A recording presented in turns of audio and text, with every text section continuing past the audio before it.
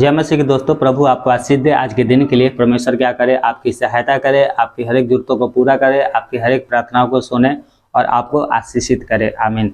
ठीक है, देखिए मैं छोटी सी वीडियो में आपको बहुत ही बड़ी बातें बताऊंगा। आज का जो वीडियो है बहुत ही आपके लिए जरूरी है और आपको जानना चाहिए कि जो लोग शादी विवाह करते हैं, किससे शादी विवाह कहते हैं? पुरुष पुरुष से शादी करता है और स्त्री स्त्री से शादी करती है, तो क्या इनका उद्धार हो सकता है? क्या ये भी स्वर्ग में जाएंगे या नहीं जाएंगे? तो देखिए, इस छोटी सी बच्चन है, मैं इसमें बिल्कुल आपको बता दूंगा अच्छे से कि वो स्वर्ग में जाएंगे या ना जाएंगे। देखिए, जो लड़का लड़का शादी करते हैं, आज हर एक सरकार है, कहीं कहीं रोक है, परंतु कहीं कहीं बिल्कुल खुलेआम है, लड़का लड़का शादी कर सकता है, लड़की लड़की शादी कर सकती है। तो क्या ये परमेश्वर के वचन के अनुसार है? क्या ये स्वर्ग में जा सकते हैं? क्या इनका उद्धार हो सकता है या परमेश्वर का क्रोध इनके ऊपर है जो अब ये शादी विवाह करते हैं? देखिए, परमेश्वर के नजर में शादी विवाह पवित्र है। शादी विवाह क्या है? पवित्र है। परंतु किसके साथ पवित्र है? स्त्री और पुरुष के साथ। और किसका शादी पवित्र परमेश्वर अपने नजर में देखता है? जिसका जीवन में एक ही बार शादी होता है। अब मान लीजिए मैं हूं, मेरा शादी हो गया है और जाकर मेरी बीवी है और मैं दूसरा शादी करता हूं, तो इससे परमेश्वर खुश नहीं होगा। परमेश्वर जो पहले शादी होता है उससे खुश होता है। हाँ, अगर आपकी पत्नी एक्सपायर हो गई है, आपकी पति मर गया है, तो आप जाकर दूसरी शादी कर सकते हो, लेकिन कुंवारे रह सकते हो तो और भी अच्छी है। परमेश्वर आपको आशीष दे। परंतु मैं आपको कहता हूं, देखो क्या यहाँ पर लिखा है मलाकी की पुस्तक में, एक वचन हम देखेंगे उसके बाद हम आगे बढ़ेंगे। क्या लिखा है मलाकी की पुस्तक में? उससे पहले मैं पढ़ने से पहले मैं एक स्टोरी बता देता हूं जो आपको अच्छे तरह से पता है। देखिए, शुरू में एक परमेश्वर ने क्या किया, एक आदमी को बनाया जिसका नाम क्या है? आदम। जो मनुष्य का नाम क्या था? आदम। और एक स्त्री को बनाया जिसका नाम है हवा। और दोनों को शादी विवाह हुआ, दोनों एक साथ रहते थे। इन्हीं के बच्चा क्या हुआ? धरती पर पैदा हुए और इसी से पूरा दुनिया चलने लगी।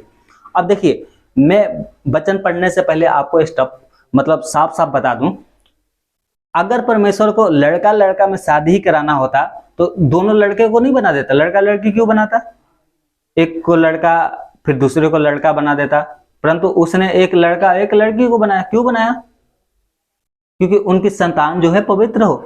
परंतु आज के डेट में क्या है, लड़का लड़का शादी करते हैं और सरकारें क्या है, इनकी विरोध में भी नहीं है, इन्होंने खुला दे दिया है, हाँ जाओ जाओ शादी करो, हाँ ठीक है।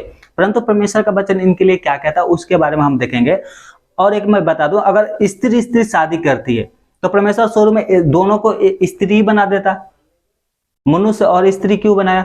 स्त्री स्त्री बना दे, लड़की लड़की बना देता, दोनों आपस में शादी करके बच्चे पैदा कर लेते। ठीक है, मतलब कहने का मतलब ये है कि क्या स्त्री स्त्री शादी करेगी तो उनके बच्चे पैदा हो जाएंगे? हाँ, वो आशीषित होंगे? कभी नहीं होंगे, कभी नहीं होंगे। देखिए यहाँ पर वचन में लिखा है, क्या लिखा है? मलाकी 2 की हम जब यहां पर पढ़ते हैं, मलाकी 2 की 15, क्या लिखा है? क्या उसने एक ही को नहीं बनाया? क्या उसने एक ही आदम को नहीं बनाया कि जबकि आत्माएं, बहुत आत्माएं उसके पास थी, जबकि और भी आत्माएं उसके पास थी, और एक ही को क्यों बनाया? इसलिए कि वो परमेश्वर की योग्य संतान चाहता था। प्रभु यीशु मसीह ने आपको एक ही आदम एक ही स्त्री को क्यों बनाया? और को क्यों नहीं बना दिया? जैसे लड़का लड़की शादी करना होता, दोनों से पैदा हो जाते हैं संतान, तो लड़का ही लड़की को बना देता, स्त्री को क्यों बना दिया? परमेश्वर ने तो भूल कर दिया बहुत बड़ी, स्त्री को बनाकर, है ना। लड़का लड़का को बना दिया होता, बोलता जाओ शादी करो, बच्चे पैदा करो। तो ये परमेश्वर का वचन है। अगर ऐसा होता तो परमेश्वर ने ऐसा ही बनाता, परंतु उसने क्या किया? एक स्त्री और एक पुरुष को बनाया और उससे पूरी दुनिया चली। अब देखो, इनका उद्धार होगा या नहीं होगा, ये स्वर्ग में जाएंगे या नहीं जाएंगे? तो देखो ये वचन क्या लिखा है, यहाँ पर क्या लिखा है? उस समय, कब? उस समय जब जल प्रलय आई थी उस समय भी, और सदोम अमोरा के जब समय था उस समय भी, और आज के समय भी क्या हो रहा है? ये हो रहा है। क्या हो रहा है? यहाँ पर लिखा है 26, रोमियो 1 की 26, क्या लिखा है? इसलिए परमेश्वर ने उन्हें नीच कामनाओं के बस में छोड़ दिया, यहाँ तक कि उनकी स्त्रियां ने भी स्वाभाविक व्यवहार को उससे जो स्वभाव के विरोध है बदल डाला। क्या कर दिया, बदल रहा है। जिसे स्त्री पुरुष के साथ क्या करना चाहिए, शादी विवाह करना चाहिए, तो नहीं, ये वापस में शादी, स्त्री से शादी करके, लड़की लड़की वापस में शादी करके सब मतलब पता नहीं ये कैसे बच्चा पैदा करेंगे, है ना। और क्या लिखा है यहाँ पर, वैसे ही पुरुष भी स्त्रियों के साथ स्वाभाविक व्यवहार छोड़कर वापस में कामुत्र होकर जल लेने लगे, और पुरुष ने पुरुष के साथ निर्जला के नीच काम किया, नीच काम करके अपने भरम को ठीक फल पाया। क्या पाया, ठीक फल पाया। ये किसके बारे में बता रहा है, पता है, जो पुरुष क्या करते थे उस समय में, शादी करते थे। कैसे शादी करते थे, सदोम और गोमोरा का आपको कहानी याद है ना। सदोम का क्या हाल हुआ था, वहां पर दो पुरुष जाते हैं, परमेश्वर के जो स्वर्गदूत होते हैं, और वहां पर क्या बोलते हैं कि इसको घर से बाहर निकालो, हम इससे क्या करेंगे, क्या बोलते हैं उसको, मतलब इसके साथ हम लोग सोएंगे।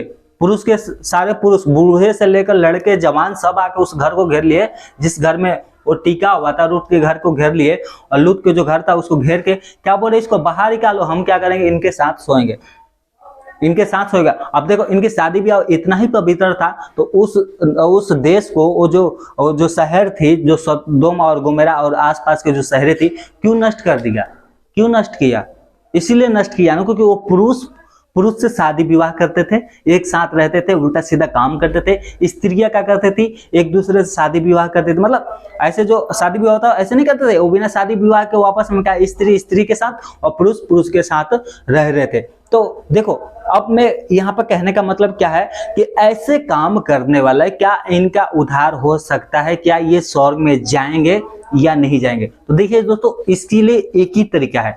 अगर वो यीशु मसीह को पहले नहीं मानता था और अब यीशु मसीह को मानता है, तो वो क्या करे, उस जिससे शादी किया, जो पुरुष है और पुरुष से अगर उसने शादी किया है, तो दोनों आपस में तलाक दे, वो दोनों आपस में तलाक दे। देखिए, आप बोलेंगे ये क्या बता रहे हो, यीशु मसीह तो जुड़वाते हैं ये तलाक के बाद, तो ये देखो, ये क्या हम महापाप है, सबसे बड़ा पाप ये कि पुरुष से शादी करे। तो अगर उन्होंने किया है यीशु मसीह को जानने से पहले, तो एक दूसरे को तलाक देके, उसको अपने रास्ते, तुम अपने रास्ते, दोनों क्या करे, तलाक देके। देखो, अगर तुम इतना ही थी है, तो क्या करो, बिना मतलब तलाक देकर बिना शादी विवाह के रहो। अगर तुम्हारी बर्दाश्त नहीं होती है, तुम्हारी जवानी बर्दाश्त नहीं होती है, तो तलाक दो। अगर पुरुष शादी कर लिए हो, तो एक दूसरे का तलाक दे दो और प्रभु यीशु मसीह के लिए जीवन बिताओ, तो तुम स्वर्ग में जाओगे, तुम्हें परमेश्वर स्वर्ग में लेके जाएगा। ऐसे ही स्त्री अगर किसी स्त्री से शादी विवाह कर ली है, चाहे उसके साथ उल्टा सीधा काम कर रही है, तो आज से, अभी से उसको छोड़े, एक दूसरे को छोड़े और प्रभु के ऊपर विश्वास करे, और प्रभु क्या करेगा, तुमको अनंत जीवन देगा, वो तुम्हें ग्रहण करेगा। परंतु ये काम तुम्हें करना होगा। लेकिन तुम सोचोगे कि हम स्त्री साथ में भी रहें और हम स्वर्ग में भी चला जाए, तो ये अपने दिमाग से निकाल दो, ये अपने दिमाग से निकाल दो, क्योंकि परमेश्वर का क्रोध तो उन लोगों पे भड़का है जो परमेश्वर की आज्ञा को नहीं मानते हैं। और परमेश्वर की आज्ञा ये है कि पुरुष स्त्री से शादी करे और स्त्री पुरुष से शादी करे, ना कि पुरुष वापस में शादी करे और स्त्री वापस में शादी करे। ये परमेश्वर की दृष्टि में पाप है, और ये परमेश्वर क्या करता है, इससे नफरत करता है। अगर तुमने ऐसे काम किया है, तो एक दूसरे से अलग हो जाओ और प्रभु के सामने घुटने टेक दो, तो प्रभु क्या करेगा, तुम्हें क्षमा करेगा। परंतु अगर तुम चाहते हो कि नहीं, मैं तो ईसाई हूं, तो मैं तो यीशु मसीह को मानता हूं, और मैं क्या करूंगा, पुरुष से हमारी शादी विवाह हुआ है, स्त्री से शादी विवाह हुआ है, स्त्री वापस में काम कुतरा करती है ना, और पुरुष काम कुतरा करता है, वापस में क्या करते हैं, व्यभिचार करते हैं, और हम मरने के बाद स्वर्ग में चल जाएंगे। तो दिमाग से निकाल दो, अपने दिमाग से निकाल दो, क्योंकि वचन में लिखा है कोई भी व्यभिचारी स्वर्ग में प्रवेश नहीं करेगा। कोई भी नीच जन, झूठ के गढ़ने वाला, उल्टा सीधा रास्ता बनाने वाला, परमेश्वर के राज्य में उसका काम है ही नहीं। और तुम्हें लग रहा होगा कि ये वीडियो की तरह ये वचन बकवास है, बेकार है, तो सुन लो, कान खोल के सुन लो। नरक और स्वर्ग के बारे में अभी तो तुम्हें हंसी आती होगी, परंतु जब जाओगे ना, तो उस सब में देखना कि तुम्हारी हालत क्या होगी। नरक का जो हालत है ना, रात दिन उनको चैन नहीं मिलेगा, रात दिन रोते रहेंगे, अपने देहों को नोचते रहेंगे, कीड़ा उनकी शरीरों को खाते रहेंगे, परंतु उनको चैन नहीं मिलेगी। इसलिए आज समय है, अपने जीवन को सुधारो। और इसके साथ साथ मैं खत्म करूंगा छोटा सा और बातें बता के। अगर तुम्हारा शादी विवाह, देखो तो स्त्री या पुरुष के बारे में अलग अलग था, स्त्री स्त्री और पुरुष पुरुष जो आपस में। अब देखो जो शादीशुदा हैं, जिनका शादी हो गया है, वो अपनी पत्नी को छोड़कर और दूसरे के चक्कर में लगे हैं, तो तुम्हारे लिए नरक तैयार है। परंतु अभी भी समय है, अपने जीवन को सुधारो। कोई स्त्री अपने पति को धोखा दे रही है और दूसरे के चक्कर में लगी है, मोबाइल में, है ना, दूसरे से बात करना, दूसरे में, है ना, दूसरे से प्यार करना, तो अभी भी समय है, अब आज ही अपने जीवन को सुधार लो, नहीं तो तुम्हारे लिए परमेश्वर ने तैयार कर रखा है, जो शैतान और उसकी दूत के लिए नरक तैयार कर रखा है, वही जगह तुम्हारे लिए भी तैयार है। इसलिए आज ही अपने जीवन को सुधार लो। उल्टा काम करने वाले आज ही परमेश्वर का वचन को पढ़ लो, प्रभु के सामने घुटने टेक दो, तो परमेश्वर क्या करेगा, चुप तुम्हें क्षमा करेगा, क्योंकि वो दयालु है। और ये मत समझो कि मेरे ऊपर तो क्रोध नहीं आ रहा है, तो एक बात अपने दिमाग में बैठा लो, परमेश्वर का क्रोध धीरे धीरे भड़कता है।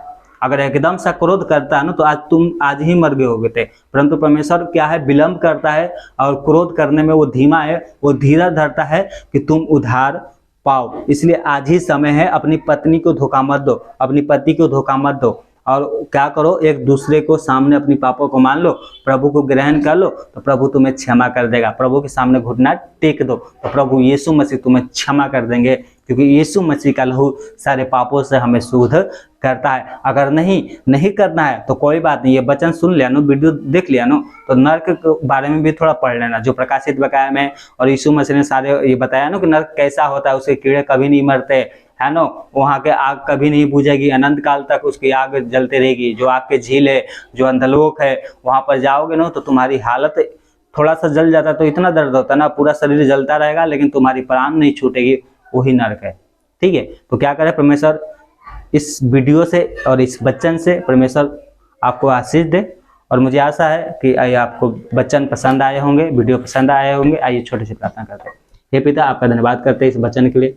हमारे पिता, आप अपने बच्चों को बुद्धिज्ञान समझ दे, गलत रास्ते में अगर कोई चल रहा है तो उसे समझ दे, बुद्धि दे, उसके मन को बदले, और शैतान के हर एक बंधन जिसमें वो बंधा है वो यीशु के नाम से टूट जाए। आपका धन्यवाद, यीशु के नाम प्रार्थना मांगते हैं, आमीन।